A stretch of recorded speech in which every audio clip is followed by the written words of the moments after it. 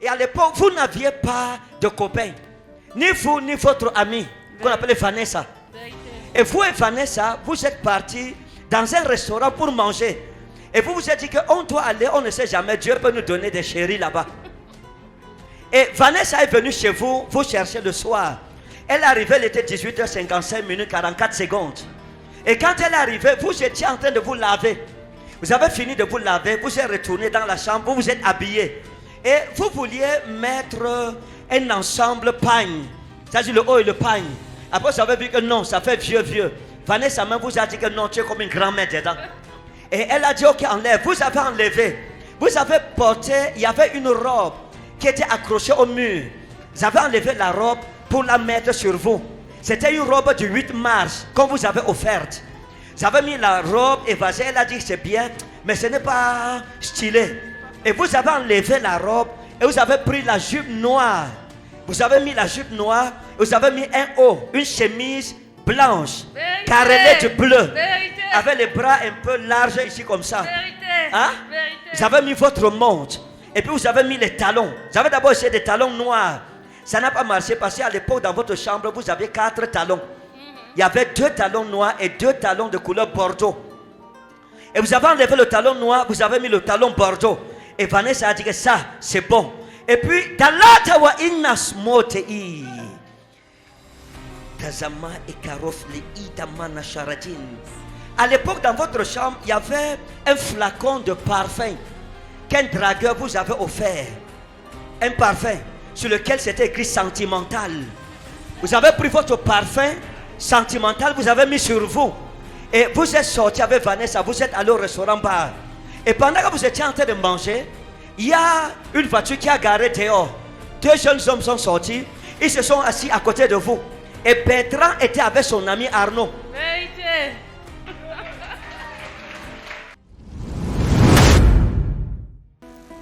Et s'il y a quelqu'un ici qui a un rapport avec un endroit comme Banja, Banja. Attendez, comme Banja.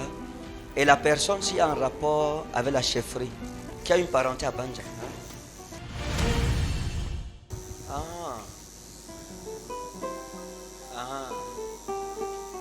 C'est ça. Ok. D'accord, c'est ça, c'est elle. Maman, ça va? Ok. J'étais là-bas. J'étais allé là-bas. Oui. Père, merci au nom de Jésus. Madame, vous aimez Jésus? Tellement. Ah, elle dit je l'aime tellement. Vous avez fait un enfant. Oui, C'est ça, n'est-ce pas? Oui, papa. La prophétie ici, je dois parler avec sagesse. Amen. Oui, je veux parler avec sagesse. Amen. Et donc, il y a la chefferie derrière. Amen. Amen veut dire quoi? Que c'est la vérité. Il y a la chefferie derrière. Ah, chef. Il y a la chefferie. Oui, papa. D'accord. Et pourquoi vous avez refusé la chefferie? Il est trop dans les choses compliquées. D'accord. Ça va. Ne vous inquiétez plus. Amen. Vous comprenez? Amen. Ne Papa. vous inquiétez plus. Amen, papa. Vous avez traversé des moments compliqués Très compliqué. par rapport à l'enfant. Très compliqué. Oui, des temps compliqués Très. par rapport à l'enfant. Et ça, c'est une période difficile pour vous. Une période où vous avez fait des rêves bizarres. Des rêves où Dieu ouvrait vos yeux pour voir les choses. Vérité. À un moment, vous ne voulez même pas que l'enfant aille là-bas. Vérité. À cause de Vérité. ce que vous voyez. Vérité. D'accord. Le Seigneur m'a dit de vous dire de ne pas avoir peur. Amen. Rien ne vous arrivera. Amen. Hein? Rien Amen. ne vous arrivera. Amen. Parce qu'il y a eu des problèmes, il y a eu des querelles, il y a eu des dissentiments, et il y a eu des menaces. Vérité. Je ne sais pas comment je vais placer la prophétie ici, parce que ça concerne une chefferie. Il y a eu des menaces. Mais le Seigneur m'a dit de vous dire qu'il vous garde, Amen. il vous protège. Amen. Mais l'enfant que vous avez eu sera un signe. J'ai dit quoi? L'enfant que nous avons eu sera un signe. L'enfant sera un signe. Amen. Regardez. Zamadilata wa asmada efokei na kresne edani lamazani takote eza. Oh.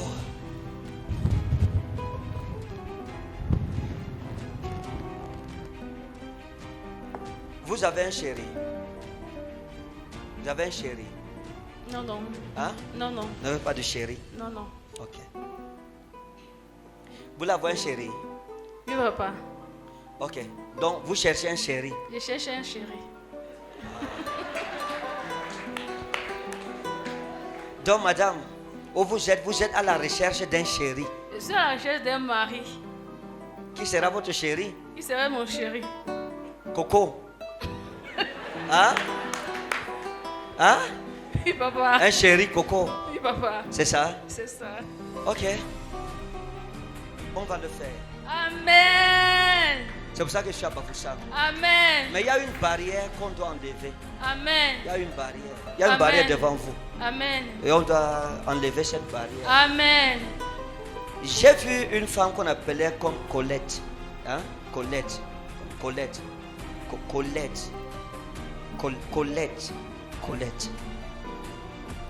Ça, c'est une femme avec qui vous avez été, que vous avez connue, ça fait quelques années en arrière.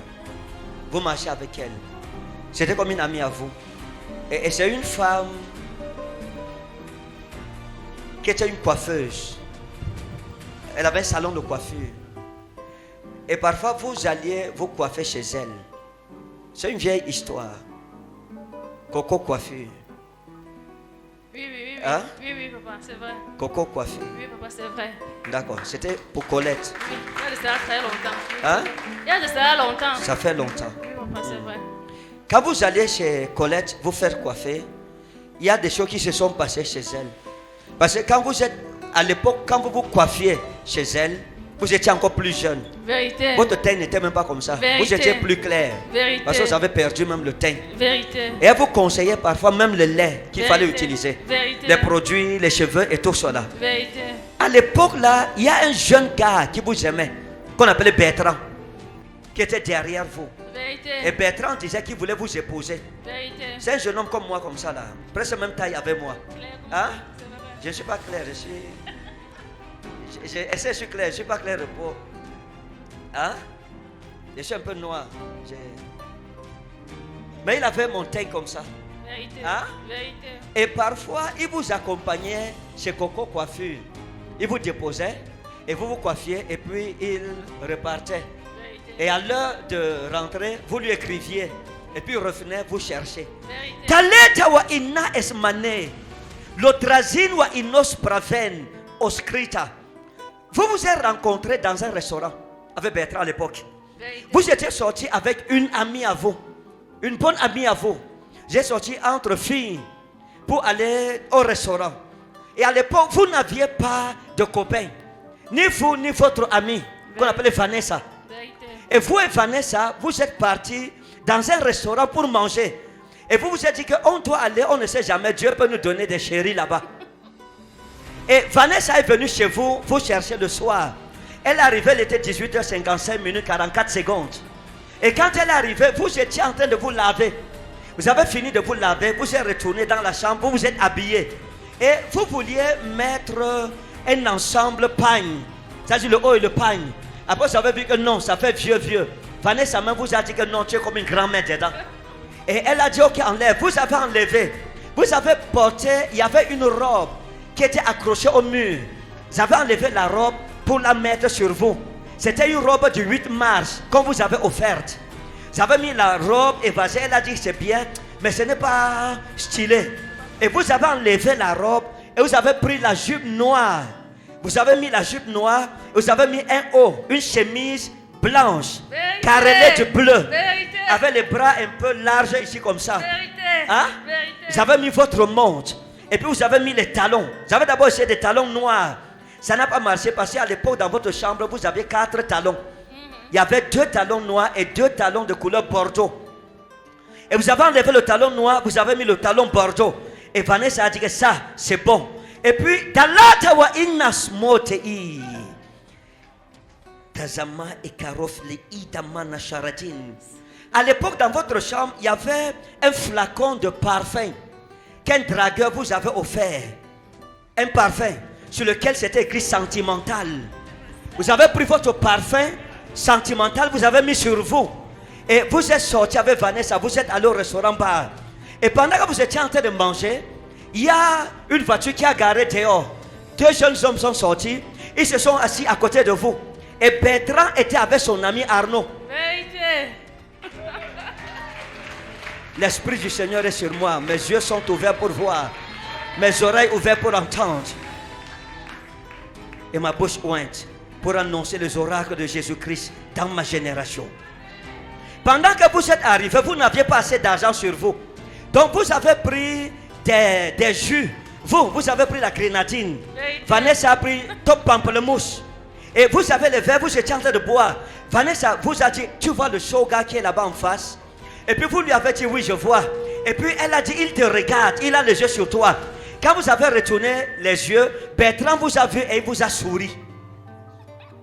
Et après il s'est levé, il est venu vers votre table. Et il vous a dit, chérie, s'il vous plaît, vous êtes trop belle. Est-ce que je peux vous parler? On peut vous offrir à boire? Vous avez dit oui. Et puis ils ont offert à boire. Après vous ont invité sur leur table. Vous êtes quitté avec Vanessa, vous êtes parti sur leur table. Quand vous êtes arrivé sur la table, il était déjà 20h20 minutes. Et vous avez commencé à discuter. Arnaud lui draguait Vanessa et Bertrand lui vous draguait. C'est comme ça que chacun de vous ce soir est rentré avec son chéri. Les deux vous ont ramené chacune chez elle. D'accord. À cette époque de votre vie, Bertrand était un homme gentil. C'est l'un des hommes les plus gentils que vous ayez eu dans votre vie. Il vous donnait l'argent sans demander. Il donnait sans compter. Quand vous avez besoin de quoi que ce soit, il vous donnait cela. Et puis, vous avez commencé à aller à la maison chez lui. Et il avait une belle petite maison. Un beau appartement. Et vous êtes arrivé chez lui. Quand vous êtes arrivé la première fois chez lui, vous êtes entré, vous avez dit, aïe, Seigneur, je ne savais pas quel jour je vais avoir le genre d'homme-ci, qui a le genre de maison-ci. C'était un appartement. Hein? C'était un appartement de 2 chambres. Il y avait 2 chambres dedans, un salon, une cuisine moderne. Et dans la cuisine, il y avait une petite cuisinière. Il y avait un petit réfrigérateur. Et puis, il y avait son téléviseur, avec ses petits meubles au salon, avec son joli écran plasma de 65 pouces au salon, de marque LG. Et dans sa chambre, Garazawa Inna Barkitalia, à cette époque, ce Bertrand vous accompagnait chez Colette et chez Coco Coiffure. Et à chaque fois Colette regardait, quand vous causez, quand elle vous coiffait, elle vous disait que mais le gars, il est beau, hein? C'est un bel homme, hein? On fait comment pour avoir ce genre d'homme? Parce qu'il y avait 2 femmes qui coiffaient à l'intérieur. Parce que Colette était avec une de ses stagiaires, qu'on appelait Marie. Hein? C'était une fille brune comme ça, qui vous coiffait lorsque Colette n'était pas là. Et les 2 admiraient Bertrand. Et puis un jour, Bertrand est arrivé et il est entré dans le salon parce que la coiffure n'était pas encore toute achevée. Il y avait un banc derrière, il y avait un banc. Et il s'est assis. Pendant qu'on vous coiffait, vous étiez en train de causer. Et Colette, c'était une belle fille, noire comme ça, belle, noire cirée. Pendant qu'elle vous coiffait, elle guettait Bertrand. Vous, votre tête était là et à travers le miroir, vous regardiez ce qui était en train de se passer. Vous avez contrôlé, vous voyez tout ce qui se passait. Et dans la voiture, vous avez demandé à Bertrand que mais comment tu regardais ma coiffeuse comme ça? On s'est changé les yeux. Hein? C'est changé le regard. Et vous lui avez demandé, il a répondu quoi? Non, j'ai mal vu. Ok. Vous savez que après il a pris le téléphone. Son téléphone a sonné. Il est sorti. Vous a dit que c'est son ami qui l'appelle. Et Colette a dit à Marie de continuer votre coiffure. Elle a pris le téléphone. Elle aussi sortie. Elle allait prendre le numéro de Bertrand dehors. Après, Bertrand commençait à se comporter mal envers vous. Cette femme qu'on appelait Colette n'était pas une bonne personne. C'était le genre de femme qui vont chez les marabouts pour avoir les hommes. Qui vont chez les marabouts pour demander la chance des gens qu'ils coiffent. Ah! Si quelqu'un va dans la sorcellerie, on lui demande les cheveux des femmes. Il vient te dire, pardon maman, donne-moi tes cheveux. Tu vas donner. Mais si tu apportes toi-même ta tête dans son salon de coiffure, elle va encore te demander. Ta-même tu vas faire la tête comme ça, elle va prendre la quantité qu'elle veut. C'est ce qui vous est arrivé. Je vous dis la vérité. Et vous devez savoir que si vous n'étiez pas venu à ce programme, vous et le mariage, ça allait être compliqué. C'est très Parce que compliqué. vous avez toujours des déceptions sentimentales énormes Vérité. à cause de la sorcellerie. Vérité. Aujourd'hui, la barrière que Colette a établie sera brisée et vous serez libérés.